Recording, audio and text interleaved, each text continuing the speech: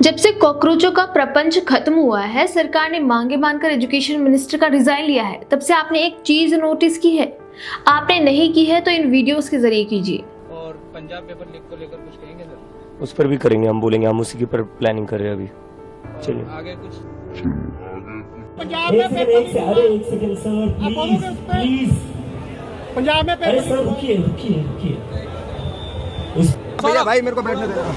ये शीशे चढ़ाओ ना इसके। सौरभ, क्या बाकी राज्यों में भी सीजेपी इस तरीके से प्रोटेस्ट करेगी? आशुतोष, आम आदमी पार्टी को आपने मंच दिया, आम आदमी पार्टी को आपने मंच दिया, क्या पंजाब में करेगी? देखा आपने, ये प्रोटेस्ट खत्म होने के बाद मीडिया लगातार अभिजीत दिप्के और कॉकरोचों से पूछ रही है कि पंजाब में पेपर लीक पर सवाल करेंगे, तो वो हर बार टाल देते हैं। कभी कहते हैं कि आवाज नहीं आ रही, कभी कहते हैं कि हाँ वहां भी जवाब मांगेगी, कभी चुप करा देते हैं। आखिर कॉकरोच आपियों को इतना बचा क्यों रहे हैं? पंजाब सरकार से इतना लगाव क्यों? इस सवाल का जवाब आम आदमी पार्टी के संयोजक अरविंद केजरीवाल के इस वीडियो से मिल सकता है, जो उन्होंने धर्मेंद्र प्रधान के रिजाइन के तुरंत बाद कॉकरोचों के समर्थन में खुश होते हुए बनाया था। और यहीं से आम आदमी पार्टी के नेता सौरभ भारद्वाज का वो बयान याद आ जाता है, जिसमें उन्होंने कहा था कि हमने ही तो इन लोगों को जंतर मंतर पर बैठाया है। देखिए, पेपर लीक होता है, सड़कों पर आते हैं स्टूडेंट एजिटेशन के नाम पर बनाए गए नए नए बैनर, जैसे कि सीजेपी यानी कॉकरोच जनता पार्टी। सवाल ये नहीं कि पेपर लीक पर सवाल क्यों नहीं उठने चाहिए, सवाल तो बिल्कुल उठने चाहिए, लेकिन असली सवाल यह है कि जब ये आंदोलन जंतर मंतर तक पहुंचता है तो इस स्टेज पर अचानक स्टूडेंट्स के पीछे से अरुंधति रॉय, समाजवादी पार्टी के नेता और आम आदमी पार्टी के एक्टिविस्ट की एंट्री कैसे हो जाती है। आम आदमी पार्टी की तरफ से सांसद संजय सिंह, अरविंद केजरीवाल खुद वहां पहुंचते हैं और समर्थन जताते हैं। कई और राजनीतिक और वैचारिक चेहरे भी इस भीड़ का हिस्सा बने। अगर ये आंदोलन सिर्फ देश के स्टूडेंट्स की लड़ाई थी, तो इस सिंगल एजेंडा प्लेटफॉर्म पर इतने सारे पॉलिटिकल स्टेक होल्डर्स क्या कर रहे थे? आप ध्यान से इनके पैटर्न को देखिए। जब सेंटर या बीजेपी रूल्ड स्टेट्स की बात आती है तो सीजेपी के स्पोक्स पर्सन का ध्यान सीधे भारत के एजुकेशन मिनिस्टर के इस्तीफे पर चला जाता था और इनका अग्रेशन फुल मोड पर रहता था।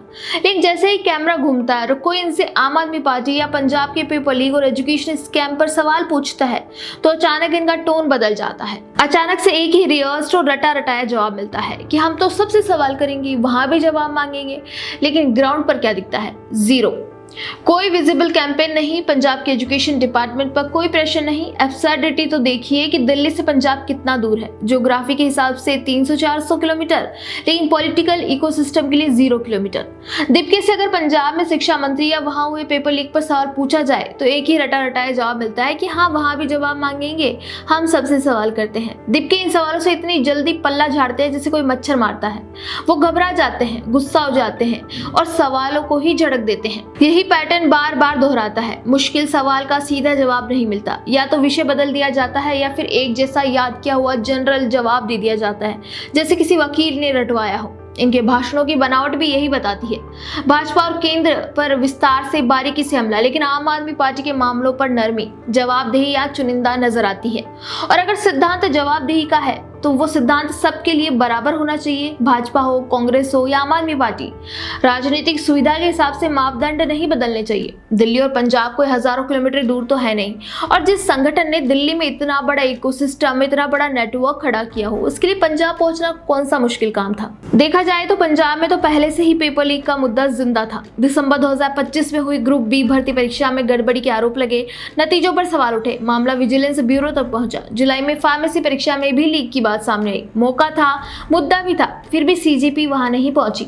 तो सवाल उठता है कि क्या वजह सिर्फ लॉजिस्टिक की थी या राजनीतिक असुविधा की? जब किसी संगठन की आक्रामकता सिर्फ कुछ पार्टियों तक लिमिटेड रह जाए और दूसरी पार्टी के लिए बहाने मिले, नरमी मिले, तो लोग स्वाभाविक रूप से उसके राजनीतिक रिश्तों पर सवाल उठा ही देते हैं। और यही सवाल अब खुलकर सामने आ चुके हैं। और अब बात करते हैं इस पूरे आंदोलन की जड़ की। कॉकरोच के संस्थापक अभिजीत दिप्के पेशे से एक पॉलिटिकल कम्युनिकेशन स्ट्रेटेजिस्ट है। पुणे से पत्रकारिता की पढ़ाई करने के बाद वे अमेरिका चले गए। दिप्के 2020 से 2023 के बीच आम आदमी पार्टी की सोशल मीडिया टीम से जुड़े थे।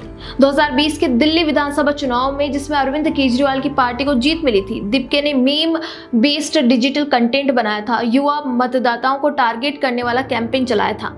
यह भी सामने आया कि उन्होंने दिल्ली सरकार के शिक्षा विभाग के लिए कम्युनिकेशन कंसल्टेंट के तौर पर भी काम किया था।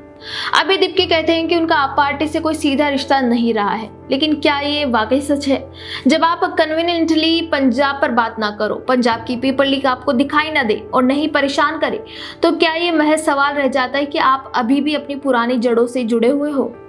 अगर आपका गुस्सा सिर्फ एक पॉलिटिकल पार्टी के खिलाफ निकलता और दूसरी पार्टी की नाक के नीचे हुए मामलों पर आप सॉफ्ट कॉर्नर दिखाने लगते हैं, तो लोग बेवकूफ थोड़ी बैठे हैं। सीजेपी का ये अनस्पोकन रिलेशनशिप और सिलेक्टिव आउटरीच एक ही चीज साबित करता है कि ये स्टूडेंट मूवमेंट कम और पॉलिटिकल प्रॉक्सी वॉर ज्यादा है। जंतर मंतर के मंच पर अरुंधति रॉय, अपोजिशन अलाइंड चेहरों की मौजूदगी ने इनके नॉन पॉलिटिकल होने के दावों की पोल खोल दी। दिल्ली में सेंट्रल एजुकेशन मिनिस्टर के खिलाफ डायरेक्ट रेजिग्नेशन की मांग करने वाली ये संस्था पंजाब के PSSSB और दूसरे एग्जाम स्कैम्स पर पूरी तरह खामोश रहती है। जब भी इनसे पंजाब या आम आदमी पार्टी सरकार से जुड़े सवाल पूछे जाते हैं, तो ये सिस्टमेटिक फेलियर का जेनेरिक बहाना बनाकर टॉपिक को तुरंत सेंटर की तरफ डाइवर्ट कर देते हैं, जो इनके कथित आजाद आंदोलन के पीछे की पूरी सच्चाई को बेनकाब करता है। इनके मंच पर आप नेताओं की मौजूदगी, भाषण की भाषा और चुप्पी का पैटर्न बार बार एक ही दिशा में इशारा करता है। वह अपने आप में एक कहानी कहता है, कैसे दीप्के के शब्द केजरीवाल के शब्दों से मिलते हैं, कैसे कॉकरोचों का एजेंडा ही आपका एजेंडा है। क्या ये महज